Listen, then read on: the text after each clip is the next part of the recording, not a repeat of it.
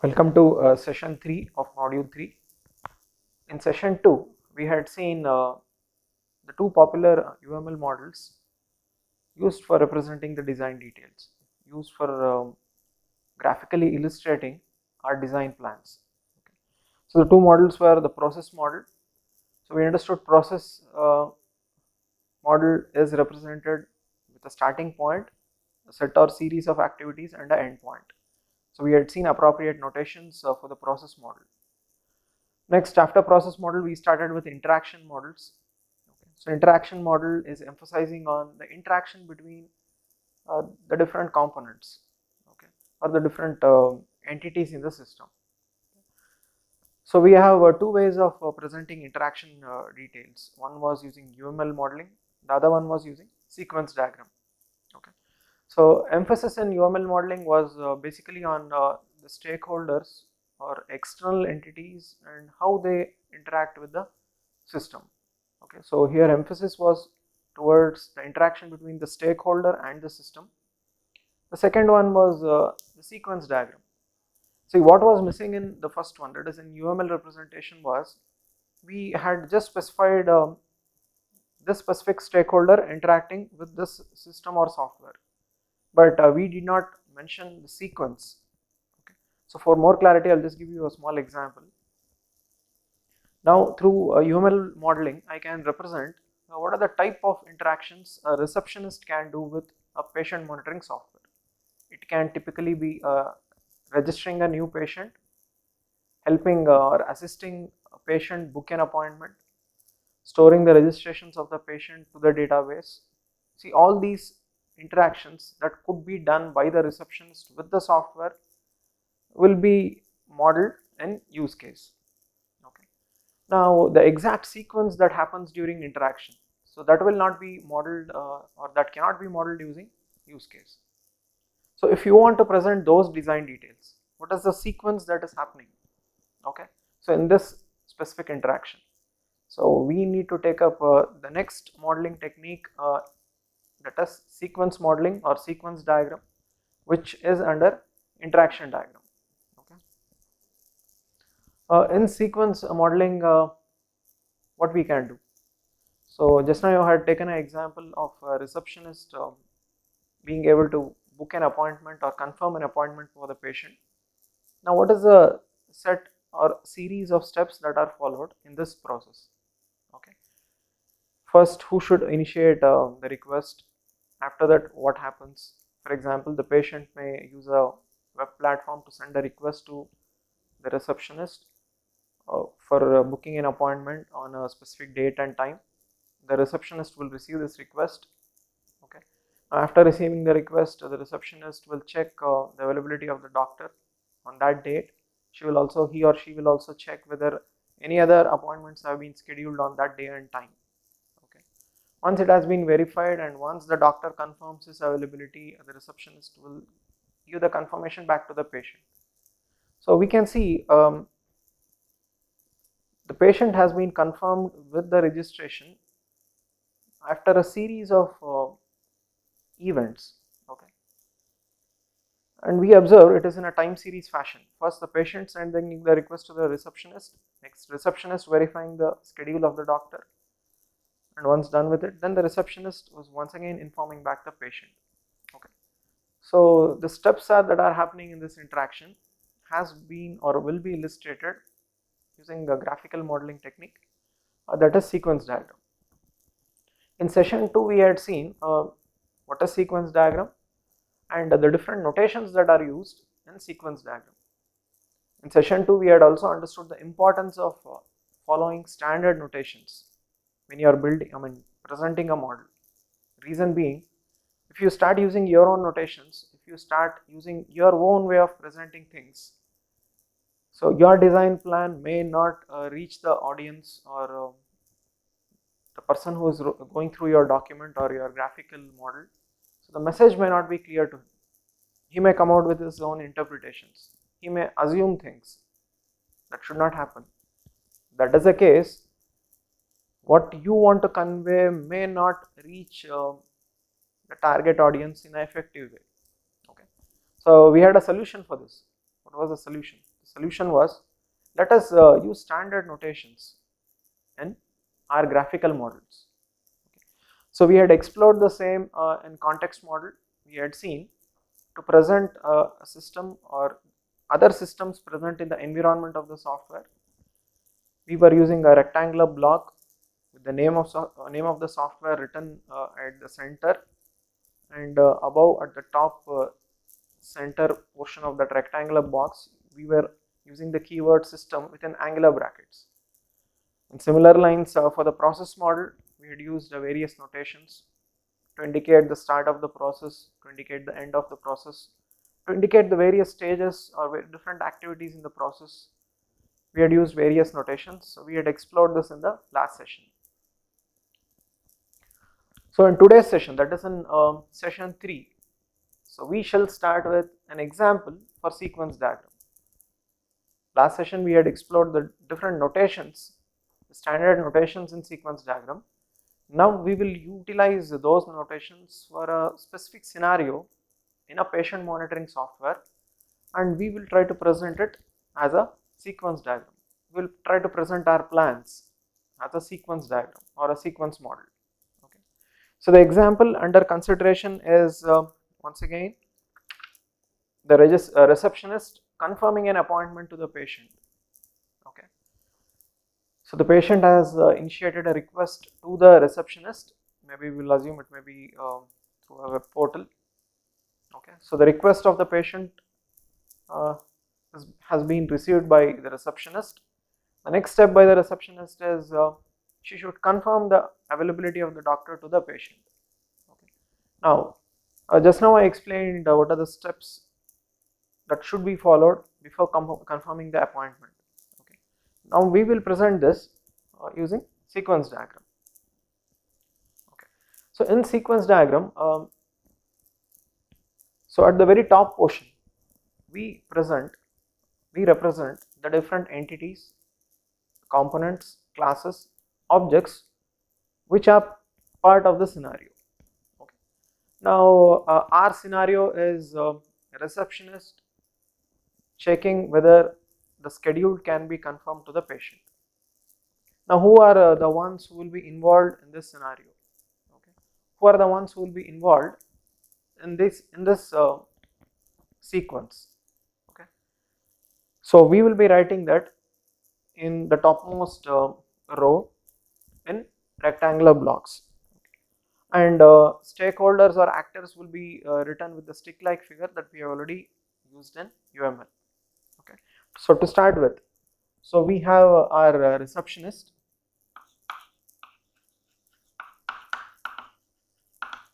Okay. So our receptionist, a stick like figure will be utilized for the receptionist. Now who are the other actors or entities or objects or components who will be part of interaction in this sequence? Okay. So one will be the patient information system. Okay. So I will call it as a PI, meaning that the patient information system, the part of the patient monitoring system responsible for maintaining the patient information. Okay. So we will even specify the object related to that. We'll prefix it to a colon. So here I have specified it to be P. Okay. Next we will have a database where there is a patient details, registration details, okay, and the credentials of the receptionist will be stored. So that is also an entity here. So I will call it as the patient monitoring system DB. Okay. DB stands for database, PMS is patient monitoring software. Now what is there inside this database?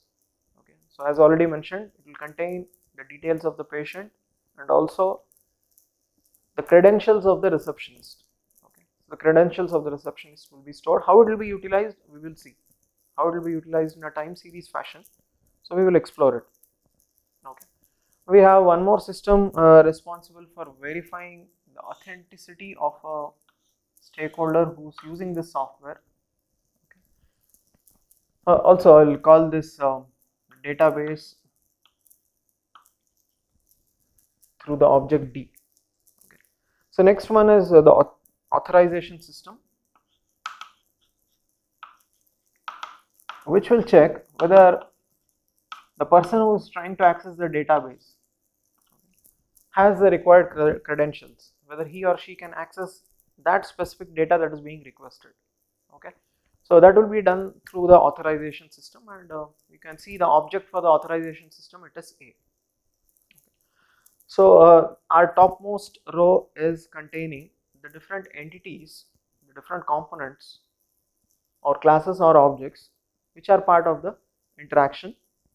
So in our specific scenario that we have taken as an example, where a receptionist is checking the availability of the doctor, okay, so that he or she can confirm to the patient. Okay. So this has been written in the topmost row. In the last session I had explained the sequence diagram is represented in a time series fashion. Okay, so it has been presented as a dotted line, as we can see here. So it is written as a dotted line. So now what is the significance of this dotted line? Okay. So as I had already illustrated in the last session, so time is flowing in this fashion. Okay. As we move down this vertical bar, which is represented as a dotted line, time is increasing. So that is what we need to understand. Okay. So now we will assume the receptionist has received a request, okay, for scheduling an appointment. Okay. So now the receptionist should view the patient information. So before confirming the appointment, okay. So the scenario is the receptionist will access the patient information. Okay. So patient information should be accessed by the receptionist prior to confirming the appointment. So now we will assume that the receptionist has received a request for an appointment by the patient. Okay. Now the receptionist wants to view the information of the patient in the database. So the information should be visualized by the receptionist. Okay. So now the receptionist will send a request to the patient information system. So we know the notation for sending a request or for sending a message. Okay, so it's a solid arrow. Okay, solid arrow indicating that a message has been sent from the receptionist to the patient information system, and type of message we can write above this line. So receptionist wants to view the information of the patient. Okay, and which patient? Okay, so the ID will be sent. PID stands for ID of the patient, whose information the receptionist wants to access, so that she can confirm the appointment for the patient. Okay. Now please note, the receptionist is active in this duration. Okay. So when the receptionist is active, we will write a activation bar, as already explained in the last session. So we have an activation bar. When the activation bar will close, okay, so now if the receptionist is no more active, the activation bar will close. Okay, but now still the receptionist is active. Okay, so now we will focus on this object. Okay, the PI, the patient information system. Okay, so now the receptionist is requesting for the information of the patient. Okay, the request has been sent to PI, the patient information system. Okay. Now the patient information system does not have the details of the patient. So the details are stored in the database, meaning to say that this request now in turn will be forwarded to the database. Okay. Now shall I immediately start the request line here itself? No. The reason being, See, to receive this request, to process this request, some time will be consumed. Okay, so the next request from the PI, so I need to go below here somewhere and then draw a solid line with a solid arrowhead. So please try to understand the significance of why I have written the solid arrow below. Okay, I have not started it immediately. So reason being, the small duration that you are seeing here, okay, it was the duration of receiving the request and processing the request. Okay, so after it was done, so the request was forwarded to the database. Reason being, basically information of the patient is stored in the database. Okay, so it is not under the possession of the patient information system. So it can only send a request to the database. Now, what will be there in that request? So that request will have, okay, an indicator that the database should send a report of what? Okay, this specific information, I'll call it as info, okay, of whom? Of that patient with the PID, and receptionist will also have a ID using which we can uniquely identify a receptionist in the hospital. So I will call it as UID. So once again, I'll brief out here. So the patient information system has received a request from the receptionist to view the information of the patient. Okay, so this request was taken by the patient information system, but it is not present in the patient information system, but it is stored in a database, which is a different component. Okay. So now the patient information system took the request and it sent a request for a report to the database. Okay. Now, what are the arguments or parameters passed as part of this request? So the first argument or first parameter is the type of information. Okay, so type of information the receptionist wants, whether it is maybe the name of the patient, whether it's the mobile number of the patient, or whether it is information like whether he's active, whether he's still active with respect to the registration, or whether his registration has been cancelled with the hospital, or it may be like something like the address of the patient. So it may be any information, any details about the patient, what information the receptionist wants. So is the first parameter. Okay. Information of which patient? Is it that of Anil, Sunil, Kumar? Hundreds of patients will be there. Okay. So the receptionist wants to know the information of the patient Anil. So his ID, which is unique to Anil, will be the second parameter. Okay. Now this receptionist will also have an ID. So that becomes the third parameter. So totally 3 parameters have been sent, okay, with the request for the report. Okay. So now this will reach the patient monitoring software database system. Now do you think immediately the database should send the report to the receptionist or to the patient monitoring system or to the receptionist? Once a request is received, should it immediately send the report? Definitely not. It will be something like you type gmail.com and immediately all your emails are given to you. That should not happen. Okay. So the database system should check whether this person, this component, this object who is sending a request, okay, for some resource, for some data, is having the required credentials, is having the required authorization to access it. So please note, here receptionist is requesting for some information, for some data from the database, okay, through PI. Okay, so now the database should verify whether this receptionist is having the required authentication, is having the required authorization to access it. Okay, how it is done? Okay, so without authorization, without verifying whether the receptionist can access it, okay, so database will not generate the report and it will not give it to the receptionist. Okay.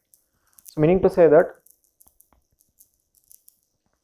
the database system in turn will check for the authenticity of the request, okay, credibility of the request with the authorization system. Okay, so authorization system will have all the details like which user can access what file, what type of resource. Okay, for example, receptionist can just access the name of the patient, mobile number, address, email ID, that's it. Okay, maybe she cannot access the diagnosis details of the patient. It is only accessible to the doctor. Okay, so like this we can define the access control at different levels. We can restrict the access control only to maybe some primary information like name or address, or even we can provide access at the next level like accessing the records of the patient.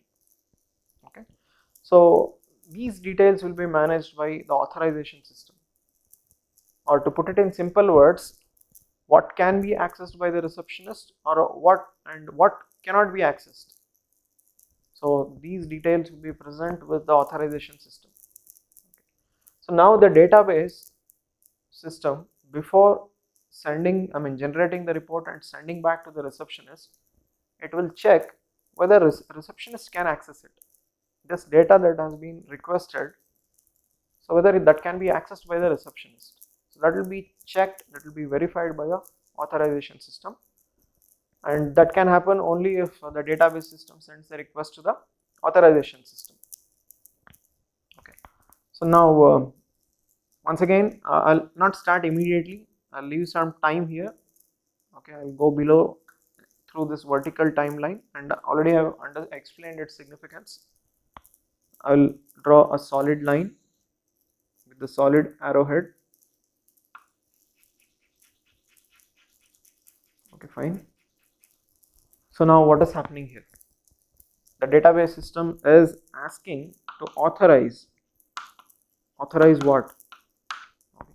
So authorize whether this requested info can be given to this user with this specific ID. Already I mentioned each and every user. It may be a receptionist, it may be a doctor, it may be a nurse, it may be a manager in the hospital.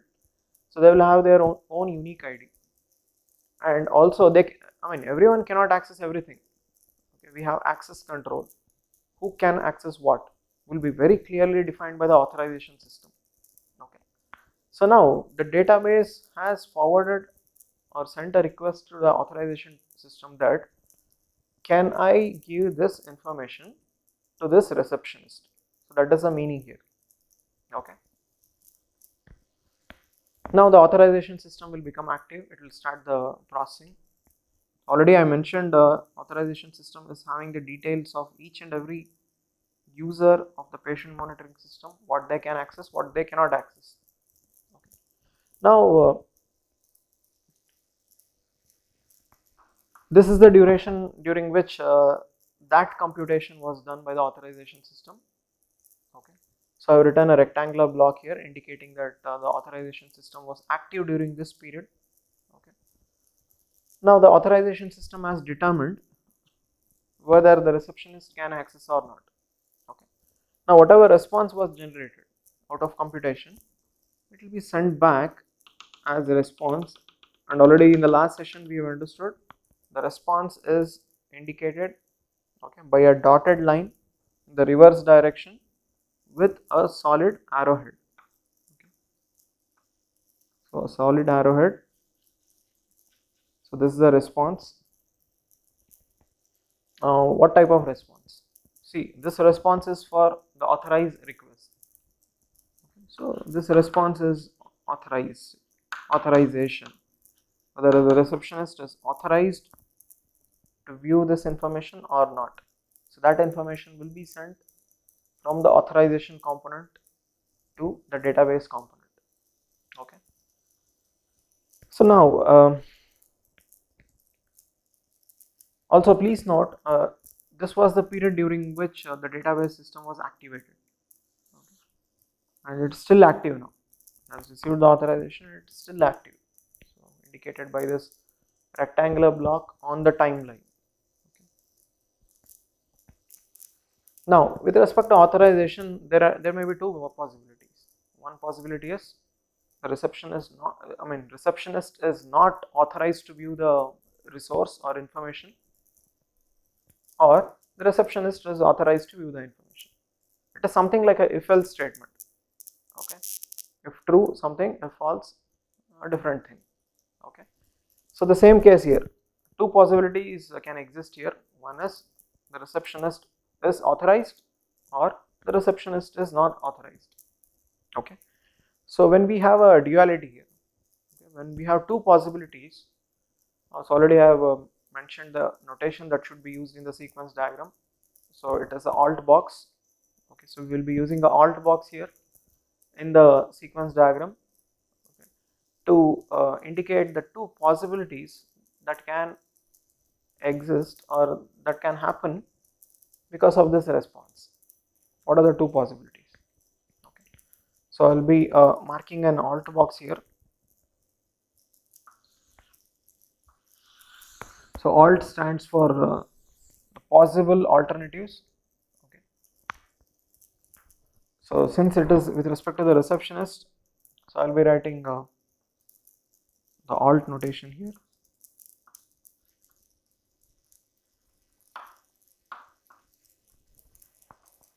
Okay,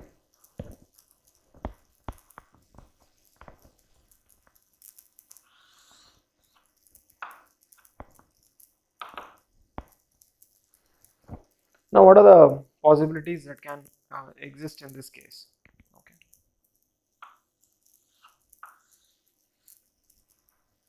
so now the database system will receive the response.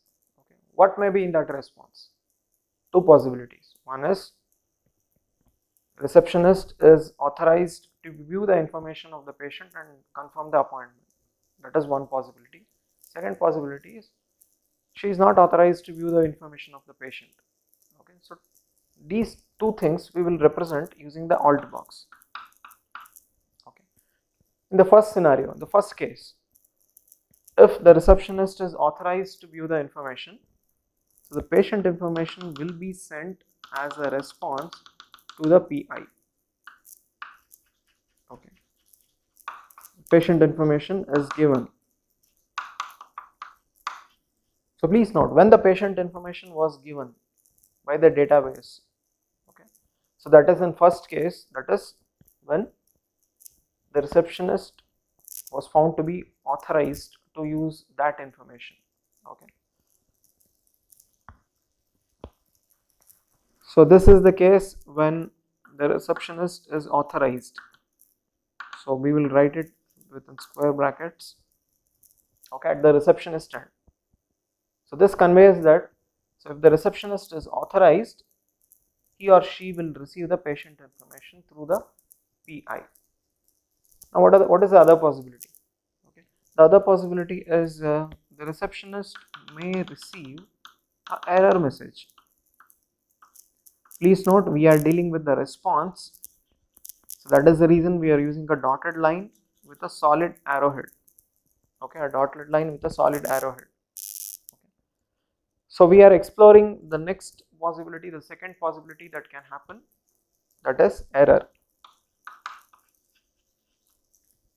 no access. When the database will inform that it's an error, this request is an error and you will not be given with the access. When the database will inform it to the PI, anyhow, which in turn will be informed to the receptionist. That is when the authorization system found that the receptionist is not authorized to view that information. Then the same was informed here as a response. Okay, and we understood it was one of the alternatives. Two alternatives were there. One is the patient information being served by the database to the PI, which in turn was given to the receptionist. The second alternative is because of failure in authorization, so an error message may be sent to the PI, which in turn is sent to the receptionist. So the two alternatives, the two possibilities have been explored, have been represented through the alt box. Okay. So now the second possibility has been indicated, error message, okay. And what the receptionist should understand here, okay. So the receptionist should understand that the authorization has failed. So there is a failure in the authorization, okay. So this was a sequence diagram of a receptionist accessing the patient information from a database, and that was through authorization. Okay. So when the receptionist requested the information, it was not immediately given. Okay, we are following the process step by step in a time series fashion. Okay, so it's a time series fashion. So a receptionist who wants to view the information of a patient has sent a request to the PI. Okay, the PI in turn has sent the request to the database, because actually the information is stored in the database. The database did not immediately give the information to the PI to forward it to the receptionist. It has checked the credentials of the receptionist. It has verified whether the receptionist is authorized to view that information.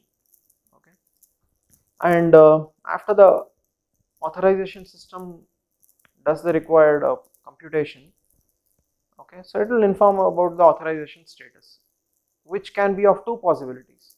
The same has been represented in the alt box. The two possibilities are, the first one being the information given to the receptionist, okay, meaning to say that the receptionist should understand, yes, he or she was authorized. The second possibility is an error message being received, in which case the receptionist should understand that the authorization has failed. So this was a time series presentation of the complete scenario, starting from the beginning to the end, okay, of a specific scenario. Okay. Also, as I informed, the duration during which that entity will be active will be represented, okay, so through a rectangle on the timeline. Okay, yeah, the same I have not written here. So even for the PI, we have a rectangle here, meaning to say that this was the duration during which the PI was active, this was the duration during which the database was active, okay, and even here also, okay. So this was the duration during which the receptionist was active, okay.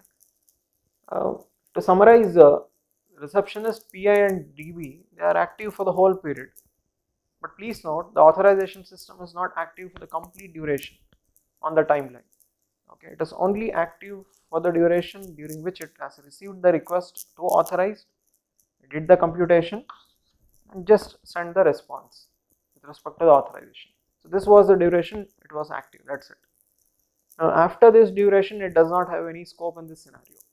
So we have continued with the dotted line. Okay. So if there is scope for the specific component being active, so we will continue with the rectangular block, else we will close it and we will continue with the dotted line. Okay. Now assume that the authorization system was active once again at some other point here. Yes, we can open one more rectangular box here, which we even call as the activation bar. Okay, you can open once again and you can close it if its scope is limited at that part. So what I want to convey here is you can have multiple activation bars, so which may be active or inactive at different time intervals. Okay, so this was an example for the sequence diagram. Okay, so we completed the sequence diagram, which was a type of interaction diagram.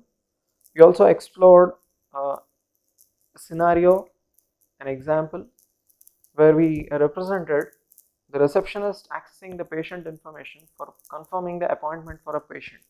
Okay, so this flow in a time series fashion has been represented using this sequence diagram. Okay, So we completed with this part, the first one. So next we will take up with the structural models. So the interaction model that we have explored in the last session and even in this session through UML and the sequence diagram. So they were dynamic. Okay.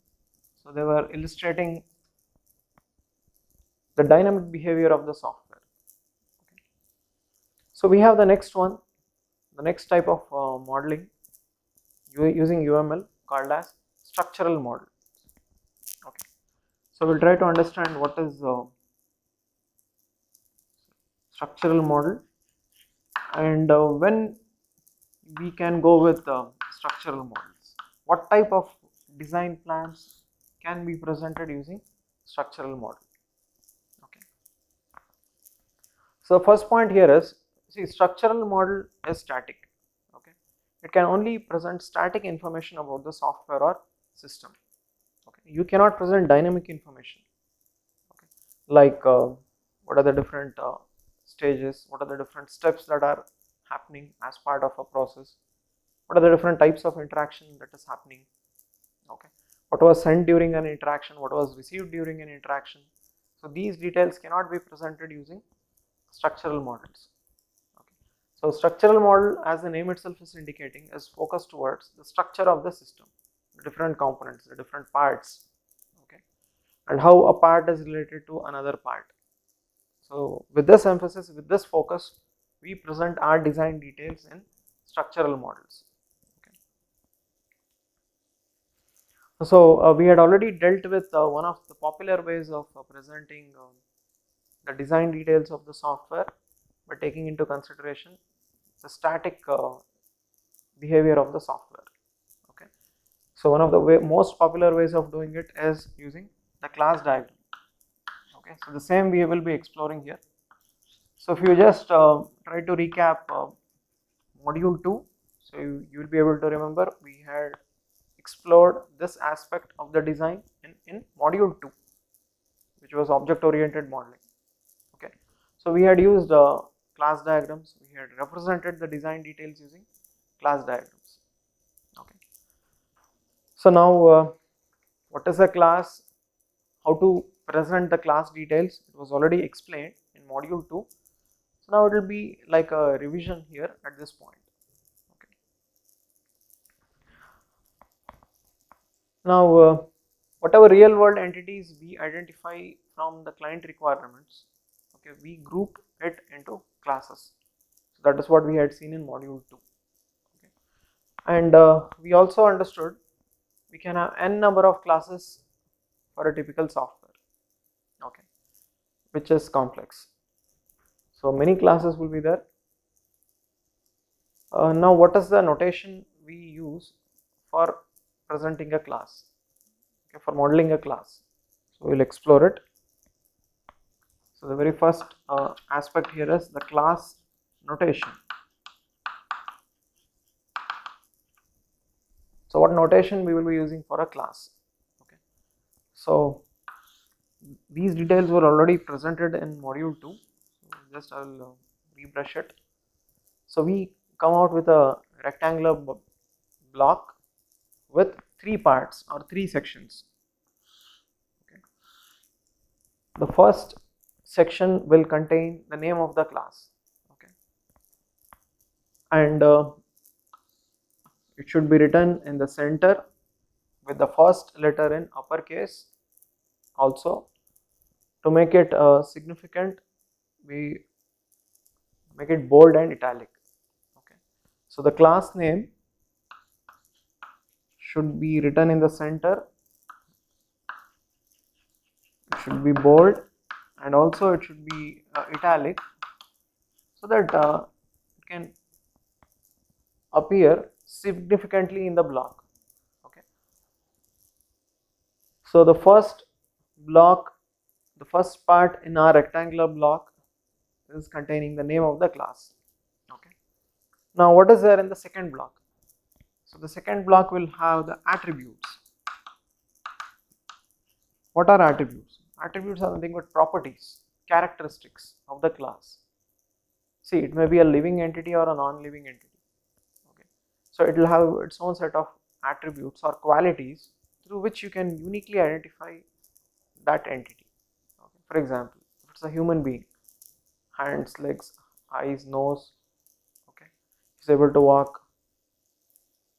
So these are few qualities, few attributes: a name, age, mobile number. Okay. So these are attributes for a person or a human being. Okay. So if it is for a car will have a color, model number.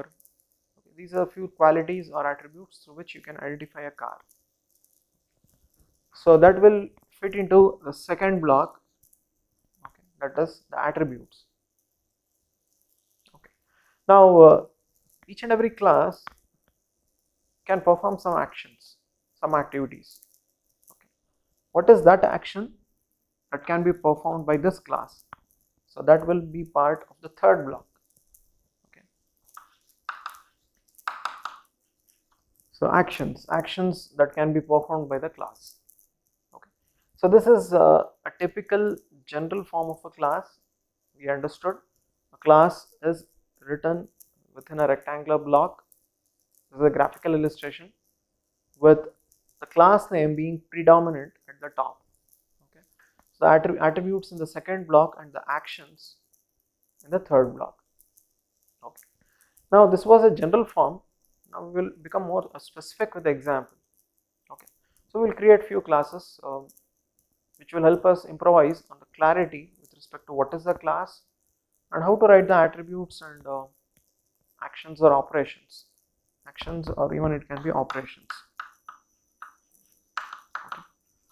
So I'll take my very first class student. So we are now into the examples for classes. So class examples.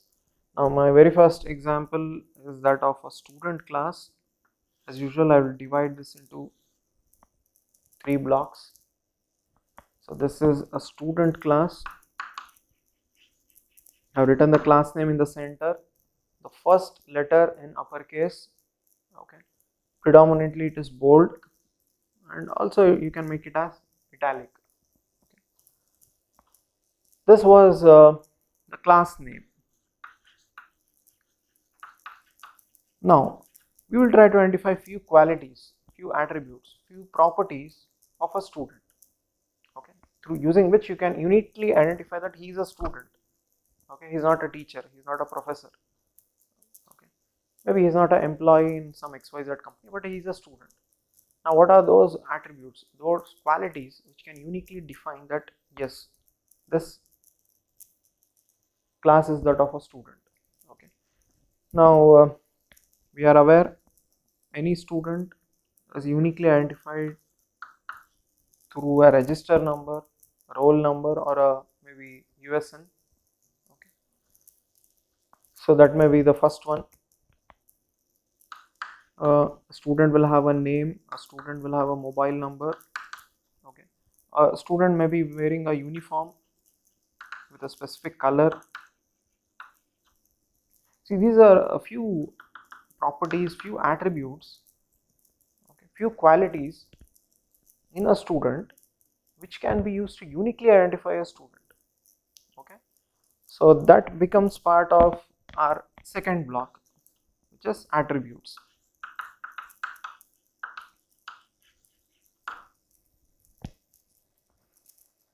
Now the third one.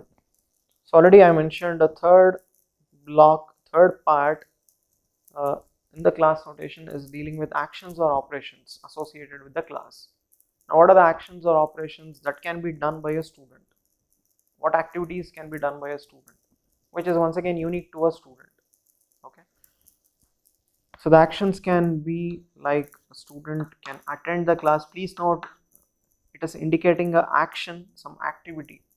Okay, see, USN name is not an action, okay, but attending, it's an action verb. Okay. A student can attend the class, the student can write exams.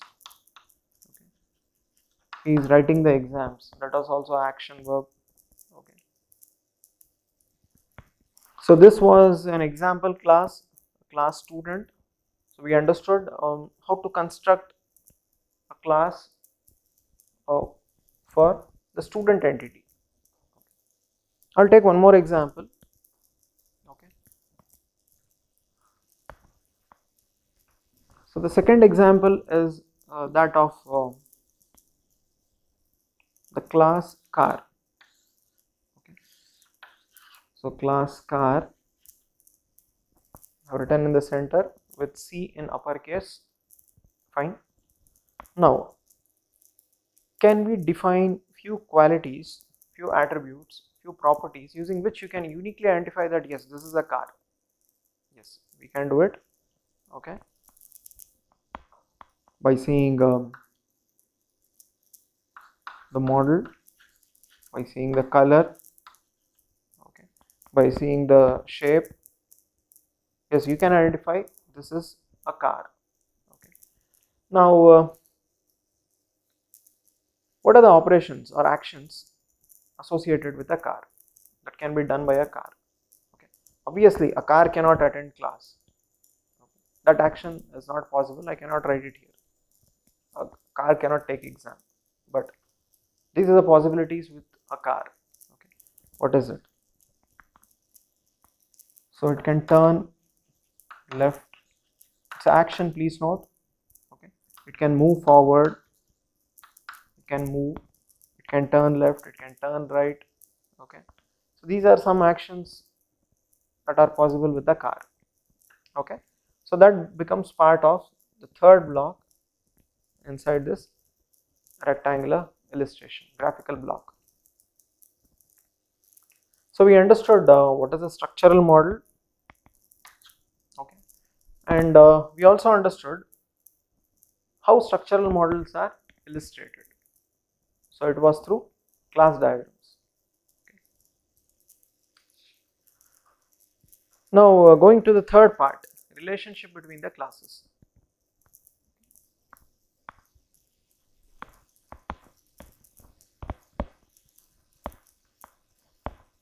So now we will try to understand the relationship between the classes.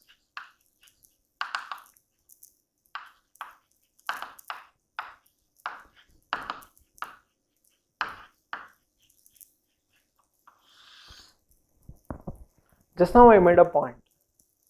Okay, we have classes identified as part of the design, and those classes are presented graphically using structural models, which are design models.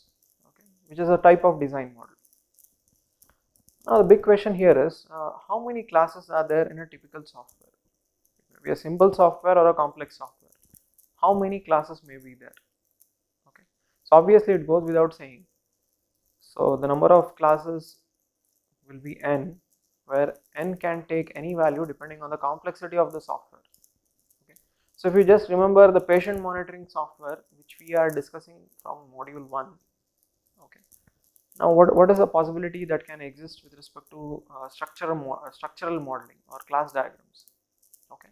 So for a patient monitoring system, we can have different classes like doctor. So doctor can be one class, receptionist a class, patient he's a different class. Okay. Manager in the hospital a different class, a nurse who's assisting the doctor a different class, ambulance in the hospital, it belongs to a different class vehicle. Okay. So what I want to convey here is a typical software will have n number of classes. Okay. I'll call it as class A, class B, class C. I'll generalize it. Okay. So many classes are there, class A, class B.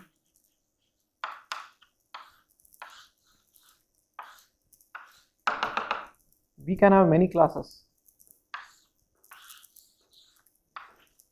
in a typical complex software. Now the big question in front of you, are classes independent or are they dependent on one another? Are the classes working on their own, or is it interacting with other classes? Okay. So with a small simple analysis, you can easily deduce the classes are not independent. Okay. A class or a component cannot work on its own to give the desired outcome. Okay. They are interacting with one another, they are dependent on one another, they are communicating with one another. Okay. For example, consider the patient monitoring software. The two classes in the patient monitoring software: class patient, class doctor. Class patient is class 1, class doctor is the second class. Now, do you think class patient can just be independent in this patient monitoring software? Definitely not. See, the class patient should interact with class doctor. Class patient should interact with class receptionist. Okay. Class patient, maybe he may need to interact with a class vehicle. Okay, if he is using a vehicle to come to the hospital, we'll assume that he is coming through an ambulance. Okay, he needs to use that class. So the point here is, classes are not independent, they are interacting with one another, they are related to one another, and that is the key idea behind this discussion. There is some relationship between the classes.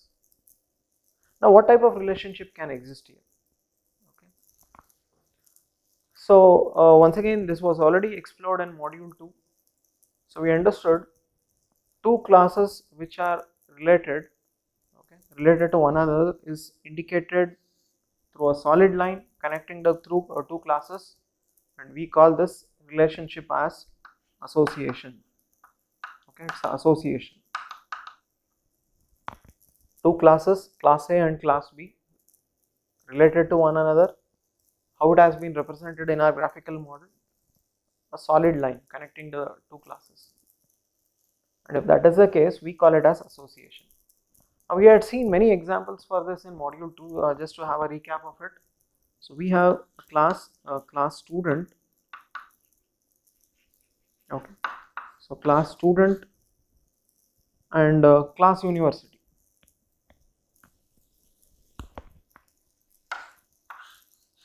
So class student, class university. Now, do you think both the classes are independent? Definitely not. Okay, so both the classes are related to one another, they are dependent on one another. Student is dependent on university, university is dependent on student to function. Okay, so now how you present these design details in this modeling? I draw a straight line here, a solid line. Okay, so indicating that the student class is related to the class university. I can even demonstrate the multiplicity here, the how many instances. Okay, so one university and many students, indicated by n at the student end and 1 at the university end. So all these details were already explored in module 2, so I will not go in depth into it. But the point here is, you need to recap, or you need to remember that classes are not independent, they are related to one another. Okay, they will be interacting with one another, and typically we represent this relationship through association. Okay, so that was what we understood in module 2. Okay, so now we will extend this discussion, and we will try to see the types of association. What types of association can be there? Okay, so the very first type of association that can exist is aggregation.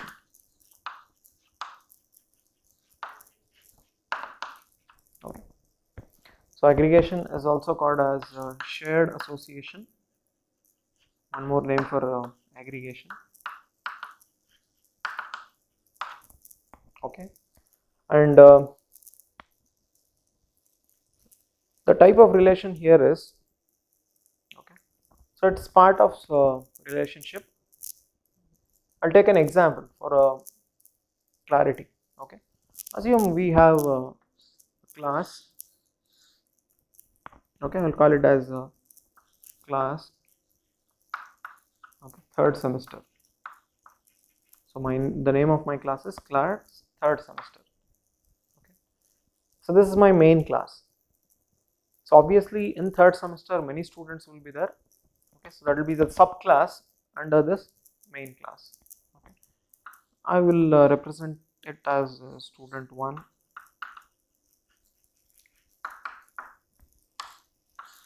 student 2 up to student n.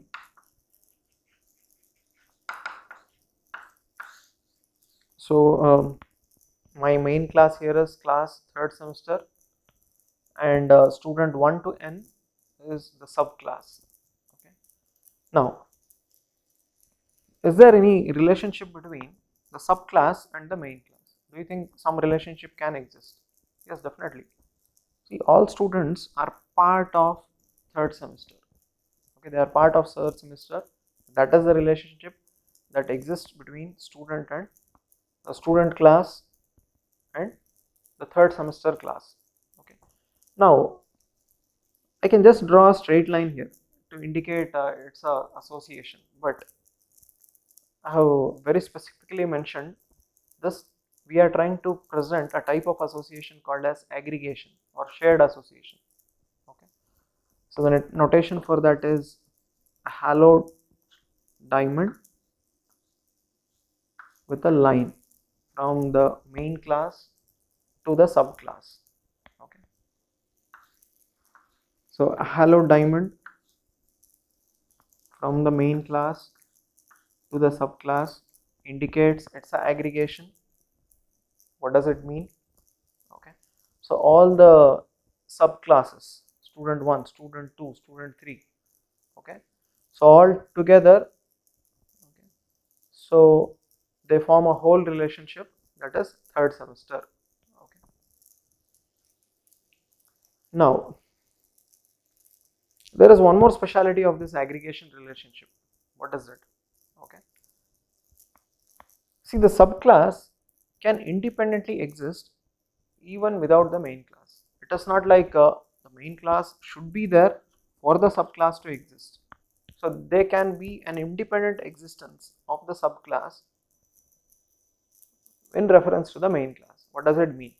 For example, now a student 1, for example, Anil, he was in third semester. Okay, now because of some reasons he could not continue in third semester, or maybe he has taken a change of college, okay, or a change of branch, so we could not have him in third semester. Now does that mean that student 1 does not exist? Does that mean that Anil does not exist from now on onwards? Definitely not. He can exist. Okay, previously Anil was associated with third semester. Because of some reasons now he could not continue in third semester. That does not mean that Anil cannot exist. Still he can exist independent of the base class. Okay, so this type of relation is what we call as aggregation. Okay, so all the subclasses, student 1, 2, 3, so student 1, 2, 3 up to n are all subclasses. So all the subclasses together can be aggregated, can be associated with the base class. Okay, all students 1 to n can be part of third semester. Okay, but also a subclass can exist independent of the base class. Okay, so this was the base class, so this is the subclass. So as I already mentioned, Anil can exist even if the third semester, even after he has left the third semester. Okay, so that is a speciality of aggregation. So this was the first type of relationship and association between the classes, and our focus is base class to subclass. Okay, so first one was aggregation.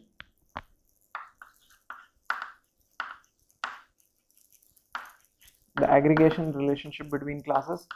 So the second one is the composition.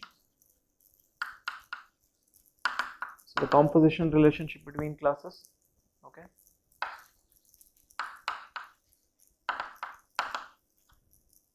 So composition is even called as a not shared association. Now what is this composition? We'll try to understand. Okay. I'll take a different example which can help you achieve more clarity. Okay. But the scenario is same. We have a base class, we have subclasses, and there is a relationship between base class and subclass. All the things are same, but what type of relationship? We'll try to understand. Okay. So now, if base class is Anil, Anil is a person. Okay, Anil is a person. Yes, yeah, I'll use the standard notation itself. Okay. Now, what are the subclasses that can be associated with Anil? Okay, who's a person? Okay. So Anil may have, Anil will have hands. Okay, that can be one subclass. Please note, Anil will have legs. One more subclass. Okay. Now, why I have taken this example? See, please note, all subclasses together associated forms the base class. Now, you may start thinking it is same as the previous one, the association. Aggregation. Okay. In that case also it was the same. All subclasses together was the base class. Then now what is the difference? Okay. So the difference here is, now if I remove the base class, can the subclasses exist? Okay. For example, if I remove the person Anil, now can the subclasses hands, legs, eyes, nose, can it exist independent of the base class? Okay. So can the hands of Anil exist independently without Anil? Can it exist? Can it thrive?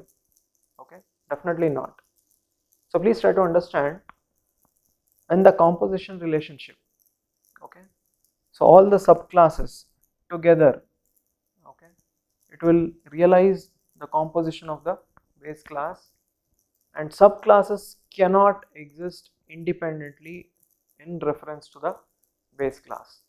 Okay, so this type of association between the base class and the subclasses is what we call as composition. Okay, there is no sharing here, it's part of it. So very strongly, tightly coupled association or relationship, okay, which you cannot separate.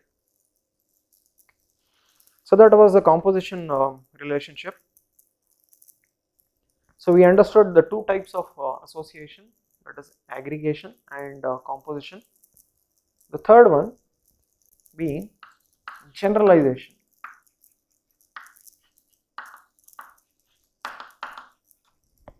What is generalization?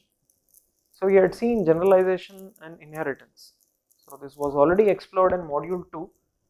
So I'll just have a recap of it so that you can remember, and you can, the explanation can make sense.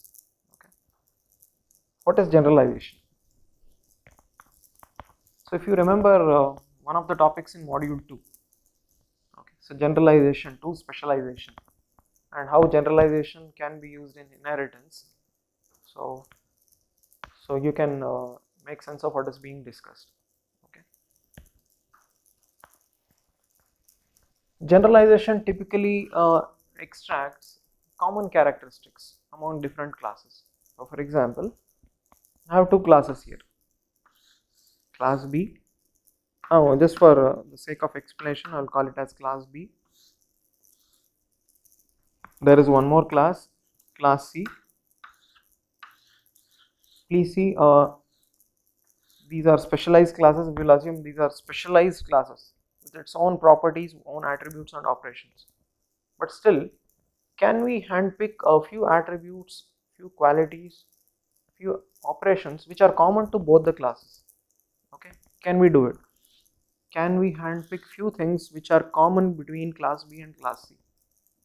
Okay, and if you are successful in that attempt, you can take it and put it in one more class, okay, which we call as a general class. So generalization involves, okay, a bottom-up approach where you'll consider specialized subclasses. From the specialized subclasses, you will identify few things which are common to all the subclasses, and you construct a base class. Okay, so we are moving from specialization to generalization. This is what we had explored in module 2. Okay. Now still, if you are not able to make sense of the explanation, we will take some examples which are realistic, which can help you improvise on your clarity. Okay. Now I will consider class B to be that of class dog and class C to be that of class cat. Okay. Now, what are the attributes? What are the qualities using which you can you can identify a dog? Okay. Yes, maybe name. Okay. So color and a few qualities of dog, like dogs are a bit aggressive. It's one of the quality of a dog. It's bit comparatively, it's aggressive, it is territorial, we are aware of it. Okay, if someone invades, if someone enters their territory, they become very aggressive. Okay. So it's a quality of a dog. So we have listed the 3 qualities of dogs. I mean, once again, it's an exhaustive list. Now coming to the cat. Okay. So even a cat is having a name, color, and the nature of the cat, maybe comparatively it is mild. Compared to a dog, cat is mild. Okay. It is not so aggressive and territorial. Now what are the actions a cat or dog can do? Okay. Maybe a cat or a dog, it can walk, it can run.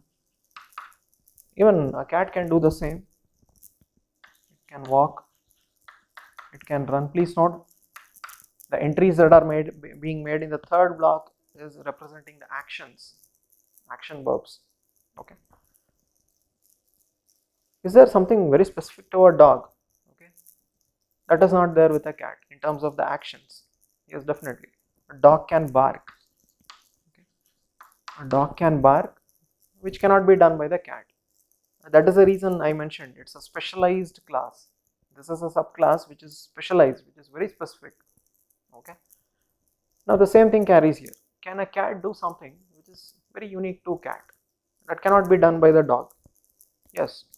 The type of sound that is generated, okay, meow sound, it's unique to a cat.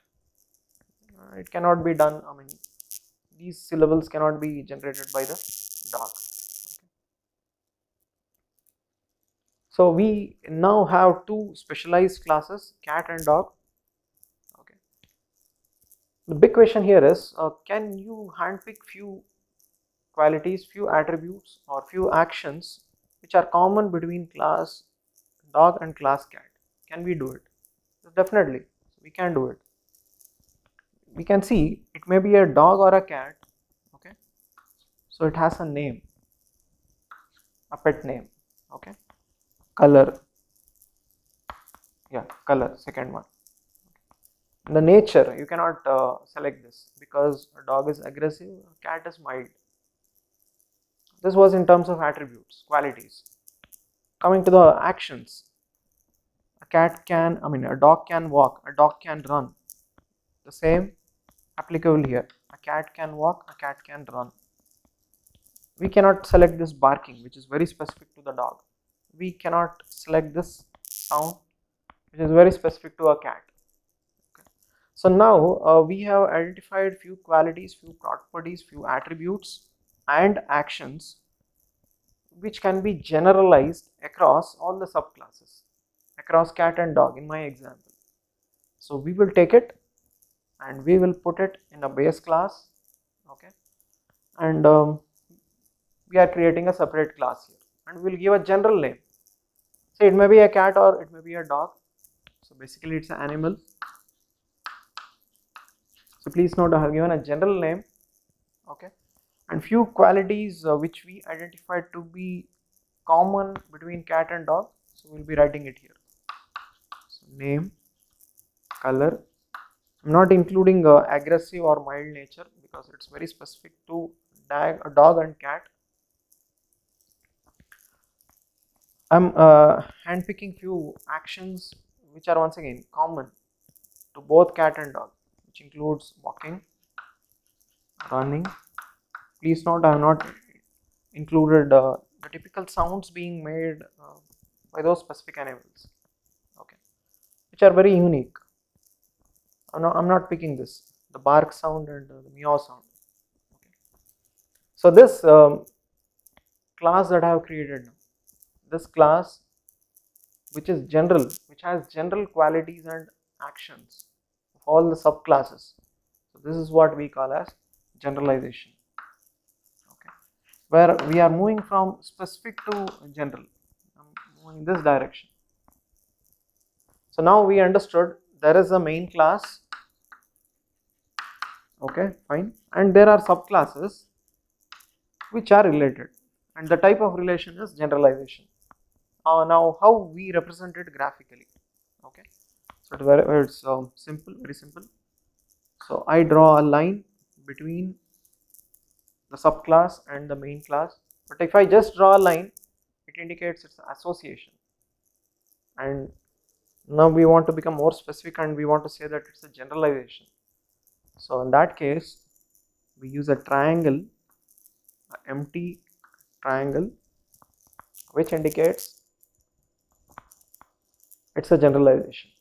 So we are using a hollow triangle head between the base subclass and the main class. Okay, same thing here, between cat and animal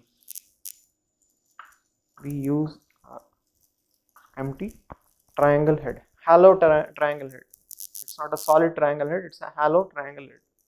Okay. So this was the relationship between the classes. We understood classes cannot have independent existence. They need to communicate with one another, they need to interact with one another. So that was presented using relationship, and the different types of relationships that can exist between the classes were explored. And the same were discussed with different examples. Okay. So in the next session, that is in session 4, we will try to present the structural model of a typical software, a banking software, by illustrating all the relationships in one single model. Okay, so this will be the topic of discussion in session 4. That is the next session. So thank you.